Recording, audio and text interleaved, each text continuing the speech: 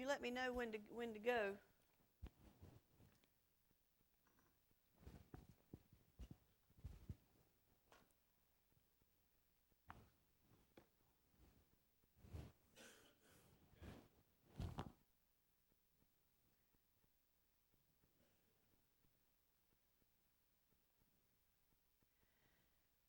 Good evening. It's good to see you again and to be able to spend another Wednesday evening with you and to go back to Queen Esther. The last time that we were together, we were talking about how Miss Persia had won this beauty pageant when she was contending to become the next queen for Persia. And we want to look at what King Ahasuerus did. And let me start right there and pick back up there. But before we begin, if you don't mind, let's bow our heads and pray and ask the Lord's blessing. Father, we love you and we thank you and we praise you for all of who you are. I praise you for another opportunity to teach about Esther and the message that you would have for us to hear. I pray you'd speak to our hearts and speak to our minds and give us some biblical truth, Lord, that we can hang on to and that we can turn to, Lord, in this time of need. We want to tell you how much we love you, how much we praise you. And we ask your blessing and Holy Spirit for you to teach this lesson. In Jesus' name we pray. Amen. All right, so we need to pick back up with chapter 2 of Esther, and I'm going to start in verse 15. It says, "Now when the turn came for Esther, the daughter of Abihail, the uncle of Mordecai, who had taken her as his daughter, to go into the king, she requested nothing but what Haggai, the king's eunuch, the custodian of the women, advised." So she didn't want anything more than what the eunuch told her. And it tells us the humble spirit that this young girl had. It says, "And Esther obtained favor in the sight of all who saw her." She had such a spirit that would seek not her own good, but the good of the king, because she trusted the king's eunuch to give her whatever because she knew that the eunuch knew the king better than anybody, and she wanted what he knew was best for the king. So Esther was taken to King Ahasuerus into his royal palace in the 10th month, which is the month of Tebeth, in the 7th year of his reign. The king loved Esther more than all the other women, and she obtained grace and favor in his sight more than all the virgins. So he set the royal crown upon her head and made her queen instead of Vashti. So here we can see that Esther wins the beauty contest and she's the next queen of Persia. Then the king made a great feast, the feast of Esther, for all his officials and servants, and he proclaimed a holiday in the provinces and gave gifts according to the generosity of a king. How'd you like to have a whole feast just named after you, the Feast of Esther? So he honored her and made her his queen, and apparently she comforted him after all these years, because it had been quite some time since he had a queen, a wife. And we've come to the place there where, life is going pretty smooth, and it seems apparently that life was going on as we talked about last week. You wake up one day and go through your day and go through all the different routines and rituals. It's a regular day in the life of a queen at the court. So we can see that life is going pretty good for her. And then all of a sudden, if you look at the next verse, look in verse 19. "When virgins were gathered together a second time, Mordecai sat within the king's gate. Now Esther had not revealed her family and her people, just as Mordecai had charged her. For Esther obeyed the command of Mordecai as when she was brought up by him." She was an obedient girl. She was told by her cousin Mordecai not to tell everyone of her racial background, that she was a Jewess, that she came from the race of people who had been in captivity and brought over, first of all, to the original land of Babylon, and then as Persia had conquered Babylon, she's living there and with all of her people. So it tells us that she obeyed the command of Mordecai as when she was brought up by him. So again, we see that Esther is being that gentle, quiet spirit, that obedient young lady, that humble girl, as I wish that I could be. Now we go to verse 21 of chapter 2. It says, in those days, while Mordecai sat within the king's gate. Now again, in those days, you've got another, episode getting ready to come down her way. We see that life has been going on as normal. And we can see that all of a sudden, Mordecai, sitting at the king's gate, he overhears a conversation. Look at verse 21. It says, two of the king's eunuchs, Bigthan and Teresh, doorkeepers, became furious and sought to lay hands on King Ahasuerus. So the matter became known to Mordecai, who told Queen Esther, and Esther informed the king in Mordecai's name. And when an inquiry was made into the matter, it was confirmed. So we see that there's two doorkeepers that somehow become angry at the king. And we're getting ready to see a few things in Esther's life begin to change. I want you to compare that to your life. Been going along pretty good. All of a sudden, around March, I don't know, was it the 15th or 16th? We get these directives that are handed down by our governor, and our life was changed. The last couple of weeks, we've been told to stay at home, to social distance. Our life changed. And that's how it is. Life goes along pretty smoothly, and all of a sudden, a day in your life can change a lot of different things. And that's what happened here. I think about that. Life gets kind of tricky. Life gets weird. And in this lifetime, we're promised that there's going to be some pain and suffering. So I think about life and I think about pain, and actually they go hand in hand. You can't have one without the other. In fact, pain is pretty prevalent in this fallen world. We can't escape that. And the fact is that the goal in life is not necessarily to get away from the pain, but to learn how to endure through it, and to learn how to trust in the Lord, and to learn that we can triumph over the pain, and we can learn the lessons that being in a trial or being in pain or going through a circumstance or a situation, that only that pain can teach us a lesson. Someone put it this way: pain is inevitable, but misery is optional. So pain is inevitable. It's going to come our way in some form, but it's how we handle it. So misery can be optional. We can't get free of pain necessarily. So the secret of living successfully is finding the ways to live above the level of misery, and we've got to find that. Now, being a school teacher, back in the 17th century, there was something called the New England Primer. And it was a little book of sayings with your ABCs and different ways that children were taught.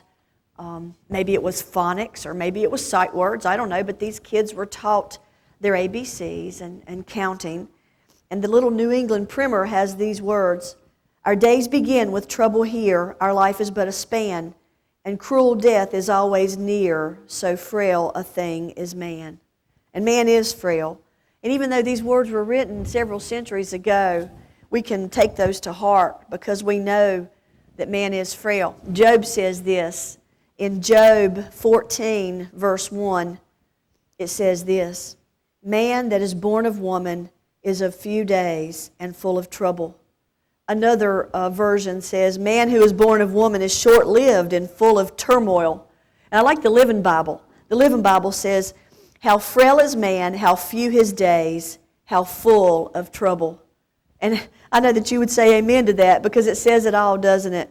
So I'm going to follow Job's idea and know that I'm born of woman, as we all are, and our life is but a short span. It's a breath, and it's full of trouble. So we're going to face the reality, and I'm going to quit wasting a lot of time worrying and being anxious for things and looking for an escape from the hardships and the afflictions. And so I just want to, talk about a few things and point out some suffering. Old Ben Franklin used to say, those things that hurt, they instruct. And I think there's a song that says, what doesn't kill you makes you stronger. So I like what Ben Franklin said, though. Those things that hurt, they instruct. So we learn a lot from our trials and our troubles. For example, let's look at a couple of things. The natural world where we live has natural disasters, and we just had really bad weather the other night. Tornadoes that touched down in the deep south in Mississippi and Alabama, even in the upper part of South Carolina and North Carolina. We've had tornadoes, we've had floods, we've had hurricanes, volcanoes can happen on the islands, tidal waves and monsoons and droughts, mudslides, ice storms, hailstorms, blizzards. I mean, there's all kinds of natural disasters that can happen. In the physical world, examples of trouble can be babies that are born with physical difficulties. And we can have birth defects and heartbreaking disabilities and handicaps. And I know in my own family, with my dear sweet Molly, a really bad car accident has left her disabled and with terrible headaches and having to be in bed on days where there's lots of clouds and where the barometric pressure just really presses against her head. For those of you that have had surgeries and back surgeries and different things, the trials and the pain that can come from these terrible handicaps that we can have. We know that people have had life-threatening situations. I've been reading a Bible study lately where a young girl had this brain stem stroke, and it left her paralyzed, and she had to go through rehabilitation and all kinds of things that she gives testimony to the Lord that He brought her through. So people by the millions we know can live in chronic pain, and also the disease that can come our way can bring humiliations and indignities. And along with that suffering can come great isolation and being away from people because of the difficulties that people go through. So not only in the natural world do we have these natural disasters, in the physical world we can have disabilities and things that we're born with and things that that happen through accidents and things that happen. And in the emotional world, we've got folks that suffer with depressions and people who have difficulties with psychoses and neurosis and different things, these fears and panic attacks and anxieties and a host of other related problems that have to do, neurologically.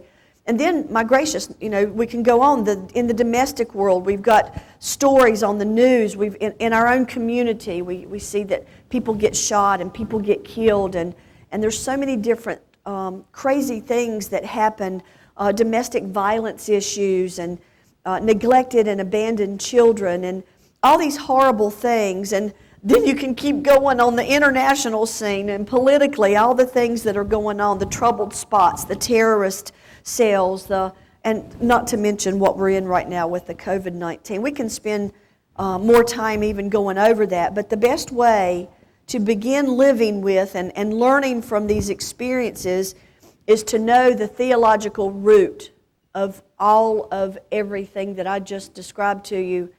And that theological root is the inescapable reality of sin. And of course, the things that sin has brought into our world. And you think about it, what if Adam and Eve had lived forever, free from disease and other forms of pain, had they not sinned? Think about what the world would be like. And I know that one day there's a coming world in eternity that's going to take place. But for right now, we're dealing with the reality of sin. And with the coming of sin came the curse of pain and suffering, and ultimately the sorrow of death. Evil has always been there from the time that couple took of the fruit. And evil has been there lurking in the shadows, quick to invade and violate us and leave us swimming in the consequences. So even right now, and even today, you may feel like your life's in pretty good shape and you're pretty healthy, and we might be economically comfortable. I don't know. With everything that's going on, we're hoping that stimulus check is inserted into our bank accounts. I don't know. And you might be aging, but you're not sick, or you might be aging and sick, or you might be young, or you might be middle-aged. Or it just depends on where you are. You might have good family relationships, and we might be tempted at this point in our life just to sit back and kind of flow along. But I'm going to be okay, and got everything pretty set up. But all I can say is don't count on it, because you don't ever know. Everybody, all of us that are here on the planet Earth, it is an evil society. And it's not only because the other guy is wrong. It's because I'm wrong. Because you're wrong. We're all wrong. We all have this bend towards sin. And sin is a universal disease. And as a result, we live in it, and we live with its backlash. We live with its consequences. It messes up marriages. It fractures partnerships. It messes up friendships. It splits churches. It prompts wicked thoughts and plans. And it dissolves our relationships and our friendships within our family and without. It paralyzes our goals. Our dreams get shattered. And even in this great story that we're reading right here, it says that Queen Esther, she became the queen. I mean, her life became a fairy tale. It's like the Cinderella story. And then all of a sudden, just like life does, I talked about this last week, we're going along and everything's okay. And one day can change your entire life. So I'd like you to move back to verse 21 of chapter 2. And it says, in those days. And that's what I mean whenever I'm telling you that Mordecai overheard that these two doorkeepers were trying to lay hands on the king. They were going to assassinate him. And it became known to Mordecai, and he told Esther about that. So I think about, how wonderful it is. And life has been going pretty good for Esther and going pretty good for Ahasuerus. And then all of a sudden it changes. You get this mutiny against the king. And so that's the way that things turn out. Go on with me to verse 23, and let's look and see what happens to these two men when this has been told to the king. In verse 22, it says, Queen Esther, Mordecai told Queen Esther, and Queen Esther informed the king in Mordecai's name. She made sure that the king knew who had overheard the plot.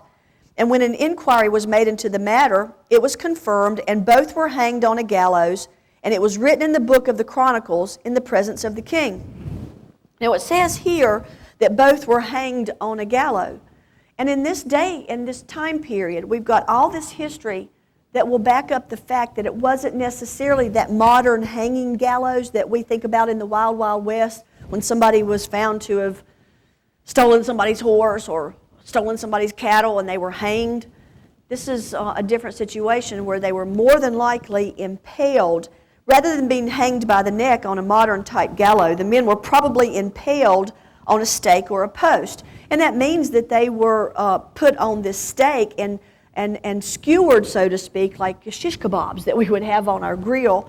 And this was done, we know from history that Xerxes, which is Ahasuerus, that his dad, King Darius, was known to have once impaled 3,000 men. And a record of this is in the Persian Chronicles, and this was for everybody to know. And it was also to keep people from, breaking the law and performing evil deeds, because you can see these two bodies impaled on the gallows. It's a reminder to everybody that, hey, you don't try to assassinate the king. You don't even plot about it. They don't have an appeals court or a district court. They're going to go ahead and take these guys and impale them. In ancient days, they're not going to stop at anything to create fear in the hearts of citizens to let them know that crime doesn't pay. But even as a ghastly scene that you see on the impalement of these two men, evil still did not go away. We're going to see it coming here in the form of a man named Haman. So let's go ahead and go to chapter 3 and look at the first couple of verses. After these things, and there you go, another chronology.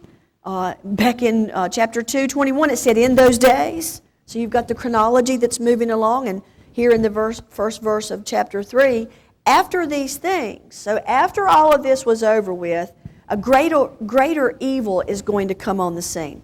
It says, King Ahasuerus promoted Haman, the son of Hammedatha, the Agagite, and advanced him and set his seat above all the princes who were with him.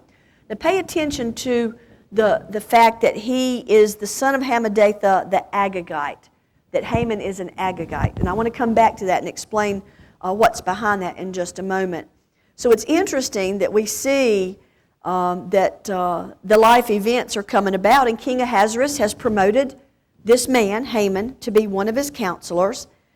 And so I'm sitting here thinking, Mordecai had helped him out and had been faithful and a loyal servant. He sat in the king's gate. He was one of the king's trusted workers and servants. And you just wonder why he didn't, take Mordecai and promote him. But that's the way it works, doesn't it? life isn't fair. You know, you might be the person who might be next in line to receive a promotion or to be, you know, recognized for something. And then doggone if somebody else who, you know, has a poor work ethic or somebody has bad character, they get the promotion. And you've been loyal and faithful and doing everything you're supposed to do, working overtime. And then doggone if somebody else doesn't get the promotion. So life's not only painful, life is just plain unfair. So wrong is going to happen, and this guy's going to get promoted. And my question to you is why? Because there's evil on the planet Earth. So let's see what happens with all of this. In 3, verse 3 through 4, here's what happens. Let me go back to verse 2. And all the king's servants who were within the king's gate bowed and paid homage to Haman, for so the king commanded concerning him. So once Haman was promoted to be one of the king's closest counselors, it was expected that whenever Haman passed by in the palace, that people would bow. Just a simple bow, just a simple, you know, I honor you for your position. And I want you to notice something. But Mordecai would not bow or pay homage. And the king's servants who were within the king's gate said to Mordecai, "Why do you transgress the king's command?" Now that's interesting. Look at verse 4. Now it happened when they spoke to him daily and he would not listen to them that they told it to Haman. So these servants, the other people about the palace, they wonder why, you know, Mordecai doesn't bow when Haman walks by. Now Mordecai, he has a reason, and he has he tells why that he doesn't. But these guys, they want to go ahead and report it to Haman that this guy's not following the rules. Isn't that amazing that people get a little freaked out when somebody doesn't follow the rules because of their religious convictions? Let's look at this. It says, he would not bow or pay homage, and the king's servants who were within the king's gate said to Mordecai, "Why do you transgress the king's command?" Now it happened when they spoke to him daily and he would not listen to them that they told it to Haman. Because they asked him every day, "Why aren't you bowing?" And Mordecai wouldn't listen because he stuck to who he was. It says, for Mordecai had told them that he was a Jew. So apparently, every time that Haman goes by and Mordecai, he stands, and everybody else is bowing, then you can see that Mordecai, everybody said, "Why aren't you?" "I'm a Jew. I've told you I'm a Jew." And what that means to him, and the reason that he's not bowing, is because I will not bow to any earthly being or statue. And that's what his Jewish faith had taught him. The same thing, I'm a Jew. I'm a Jew. And you translate that, I will not bow to an earthly being or to a statue. And that makes me want to ask myself the question, what are you bowing down to? I'm a Christian. What are you bowing down to? I cannot bow down to any earthly being. So the troublemaking evil in their hearts led them to report this to Haman. So when we look at that, let's go to verse 5. When Haman saw that Mordecai did not bow or pay him homage, Haman was filled with wrath. But he disdained to lay hands on Mordecai alone, for they had told him of the people of Mordecai. They told him he's Jewish. And these people that live within our country, within our nation, within our capital, they're Jewish people too. They're not going to bow down to you, Haman. And so whenever this was told him, Haman takes it to that next level. He's not just mad at Mordecai. He's mad at all the Jews that won't bow down to him. So look in the end of verse 6. Haman sought to destroy all the Jews who were throughout the whole kingdom of Ahasuerus, the people of Mordecai. He's so mad the fact that Mordecai wouldn't bow to him that he translates that onto all the people of the nation that Mordecai belongs to. So, after the king's servants have hounded Mordecai about this, he's not going to bow. They tell Haman. Haman gets mad. So what's happening here? And what's going on really behind this? Let's look at the psychology behind this. Let's see what's going on in Haman's mind. Why would he be so enraged and want to not only kill Mordecai, but kill all the Jews as well? Why would he seek to destroy everybody? And you think about that retaliation, that is excessive, that he wants to kill an entire people group who are not involved in this private little war that he's got going on with Mordecai. So what's going on here? And the answer goes all the way back to the Old Testament. Of course, we're already in the Old Testament, but it's going to go back to a really neat story that talks about King Saul that's in 1 Samuel, and it's in chapter 15. But I think about this. It's an old grudge. This story that I'm getting ready to tell you goes back to what Haman's people thought about the Jewish people. So it goes back to like two races of people. It's the grudge thing, the retaliation, and what Haman learned as a child, the prejudice that was taught to Haman as a child. So tucked away in the folds of Samuel, chapter 15, is a story about King Saul, and he was told by the prophet Samuel to go kill the Amalekites. They had been lifelong enemies of the Jews, and why the Amalekites had attacked the Jewish people, the Israelites, when they were on their way from Egypt coming to the Promised Land, and that's how this whole adversarial relationship got started. So Saul was instructed to kill all of the Amalekites along with all of their animals. Whenever he attacked the villages, you kill everything. Don't leave anything. You kill it all. And Saul, whenever he was instructed to do this, he saved the best of the enemy's sheep. He saved the king, who was named Agag, and that's where they get their name, the Agagites. They were descendants of the Amalekites, and they come from the king, the line of the king that Saul didn't kill, which actually, when you think about it, is an excellent reminder that when God tells you to do something, you need to do it. So this is what comes back to bite them in the rear end because of the disobedient king named Saul. So afterward, when the prophet Samuel confronts Saul about his disobedience, what's this I'm hearing? The bleating of sheep and the lowing of cattle. Well, I thought I would save them, said King Saul, so that I could sacrifice them when you got here. And then who's this over here? Well, he's a king. I didn't want to kill the king. I didn't think the Lord would want me to kill the king. And Samuel goes, I told you to kill everything. Animal, king, person, everything. And so whenever, Saul was dancing around with some, trying to rationalize why he was disobedient, he finally confessed that he had failed to do what the Lord had commanded. And Samuel said, give me your sword. He went over and he put that king, Agag, to death right before the Lord. And for all these years since then, the Agagites of King Agag, his descendants, could not stand the Jews because of something that had happened years ago. And the Jews couldn't stand the Amalekites, who were descendants of the Agagites, for all of this because they had attacked them when they were on their way out of Egypt. So it's amazing that this is it. So Haman hates the Jews. It's a grudge that he had been taught since childhood. So by the way, just think about this. It's a good time to mention the fact that we're not born with grudges. How do we learn grudges? Prejudice is not a package deal that comes with birth. It's something that we learn. It's something that we're trained. It's something that we grow up in. We are not born hating. We are taught to hate. So I think about that. From his parents and grandparents to his great-grandparents, his uncles, his aunts, his cousins, Haman the Agagite had learned to hate the Jews. And that hatred ate away at him, and he was placed in a position of power. And we can be certain that when he got to that position of power, that he carried that grudge with him, because we're going to see it come out in this situation. And it makes me sad, because I think about the generation that I grew up in, and that we were taught that there's a race of people that you don't like, you don't hang out with, you don't make friends with. And everything within me went against what I was taught.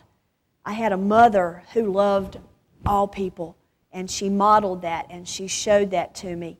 And when I was a little girl growing up, I had a father that was prejudiced against African Americans, and a mother who loved everybody. So whenever the generation that I grew up in, that's what we were taught. We were taught that prejudice. And it turned into ugly, turned into terrible ugliness.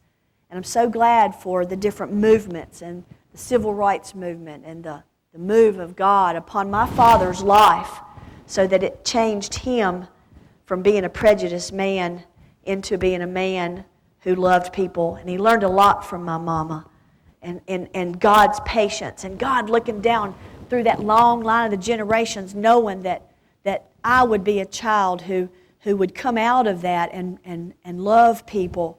And it's something that it's not a grudge for me to hate another race of people. And I've certainly not taught my children. We love. There's only two races of people, by the way, saved and lost. So put that one in your book and think about that. So Haman, because of this grudge that he was taught, he sought to destroy all the Jews. So I want to go on and look at this. That's just the way that evil is, isn't it? It can grow, and a grudge that you're taught or a grudge that you get because somebody wronged you and somebody did something against you, and you let that thing just fester and you just nurse it a little bit. You know, you just feed it a little bit more. Then something else happens that just makes that thing grow, and it just can become exaggerated. And so Haman, he's not satisfied simply just to kill Mordecai because he's a Jew who won't bow. He wants to kill all of the Jews because of, his past and everything that he's been taught. And he wants to make life pretty miserable. So he's on this self-appointed mission to kill all of Mordecai's people. Gosh, we could stop there and talk about Adolf Hitler and Mao Zedong and Joe Stalin and all the different things and all the different dictatorships that were out to kill so many. And in our world today, the genocides that are going on everywhere, we could stop and talk about that. But we'll stick to Haman. Let's see what his anti-Semitic extermination plan does. It unfolds pretty quickly. Let's go to verse 7. In the first month, which is the month of Nisan, in the 12th year of King Ahasuerus, they cast Pur.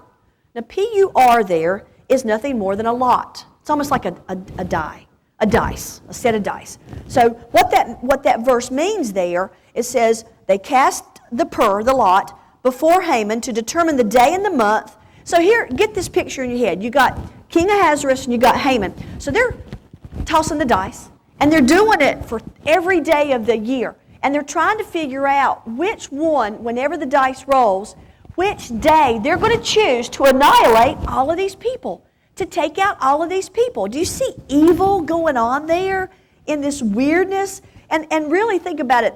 It was superstitious, and they were coming up with this idea of which day. We're going to choose the best day to annihilate these people.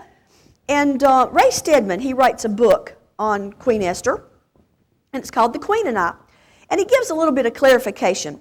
He says, what a strange procedure. The casting of lots to determine a lucky day on which to do something was common practice in Oriental kingdoms, and it's similar today to the practice of shooting dice in order to select a lucky day. And when the record says they cast it month after month till the 12th month, it doesn't mean that they shot dice for the whole year. It meant that they did it on that particular day, trying to figure out which month and which day that they were going to carry out this evil plan. So kind of stupid and kind of ridiculous.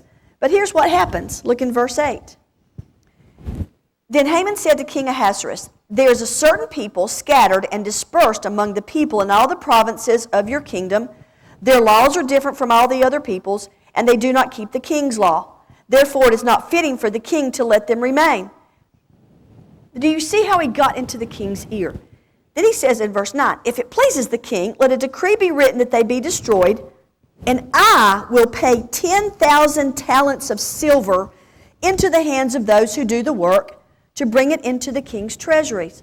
So here you've got Haman, who has somehow persuaded the king that he's going to need to wipe out this people group.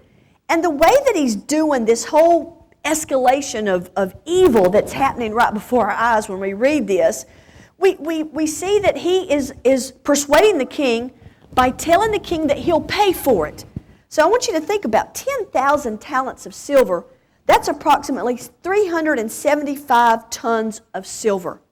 So that turns the king's head. We're going to put that into the treasury. Well, how is Haman going to get all that kind of money? Well, probably the same way Hitler did, is when he would go and round up the Jewish people, he confiscated their goods, their household furniture, their property, everything that they owned, the paintings, the clothing, their household products, whatever business they owned. This is how Hitler was able to fill the coffers of Germany as well. So in that day, that's something that Haman had persuaded the king to do. And look at what the king does. Do you see him going and seeking wise counsel from somebody else? No. Look in verse 10. So the king took his signet ring from his hand, takes his ring off. He gives it to Haman, the son of Hammedatha the Agagite, the enemy of the Jews. And the king said to Haman, the money and the people are given to you to do with them as seems good to you. So he gives him pretty much his Visa card and says, hey, go do what you need to do. Signet ring takes care of it. And it was the official seal. It's how he signed his decrees and other documents by taking the seal and impressing it upon a little bit of wax on the scroll. And the scroll's rolled up and sealed shut. And the king's seal is given to it. And that means, let it be written, let it be done. And that was the significance of giving the ring. So the king literally stamped his official approval. So I think about this. What in the world was the king thinking? What in the world? Why did he not go to anybody else to get wise advice? And there was nobody. And I'm thinking, where were these 7 counselors who told him, hey, this is what you need to do to Queen Vashti? Where are these 7 guys? Why did he not go consult them? For some reason, Haman had gotten into this man's ear. So I ask you a question. Who gets into your ear? Who do you get your advice from? Who are you consulting? You know, Haman's telling the king what the king wants to hear, but he's not telling the king the whole story. Haman doesn't mention his own prejudice. He doesn't mention that he can't stand Mordecai, therefore he can't stand all of the Jews, because it goes back to a long line of prejudiced grudges that he's holding, and this anti-Semitism that goes back to his Amalekite roots. No, he actually deliberately hides his whole motive behind what he's doing, and he's acting as he has only the king's good at heart, because he says to him, it's a people that their laws are different from all the other peoples, and they do not keep the king's law. So, of course, you know, King Ahasuerus is thinking, well, you know, I don't need these kind of people in my kingdom. I need loyal subjects. Not knowing all the time that his own queen is what? A Jew. Absolutely. So let's get honest here and kind of get down to make this a little more personal and get closer to home. Are we nursing a grudge? Is there some kind of prejudice that we've been taught since we were kids and we hadn't got rid of it yet? Is there somebody's face on your dartboard that you're throwing darts at? To really get an honest answer, we need to think about a few things. And I'll throw a few things your way. Are you mad at a former spouse? Or are you mad at your present spouse? Are you mad at a former pastor? Or are you mad at your present pastor? It's okay, I stay mad at him too. I'm married to him. It's okay. No, I'm just kidding. Are you mad at a roommate, a family member? Are you mad at one of your kids? Are you actively disliking one of your kids right now? How I can answer that one. Let's see. How about somebody in your family? How about somebody that stole from you or took something from you? Or somebody that's really come against you in a very personal way and it's hurt you deeply. And you think you've forgiven them, but, something can flare up. Somebody that's taken unfair advantage of you, maybe your boss, maybe a coach, somebody you revered and trusted who used you and abused you, and you trusted them and they overstepped their bounds. Do you have somebody that's made life difficult for you and has never made it right and never have asked you to forgive them? A simple, I'm so sorry, just somebody who's never told you that they're sorry. I got a long list of those. I got a list of grudges that I could bring up and a list of things that, I could discuss and hurts and wounds in your heart, little holes in your soul, as I've heard people say. And although they may be out of your life, physically absent right now, but what happened in the past, that incident can still be vivid in your memory. And Sometimes you can be determined to hold on to these grudges. And sometimes, you think when you hear about something that happened to them and it was bad and you think, they got what they deserved. All of us. Even as I say these things, I'm thinking, oh, wow. There are people that I don't actually like. And there are people that I don't like to be around. You have to be painfully honest. And you have to think about how you feel. And are we forgiving? And how quick do we forgive?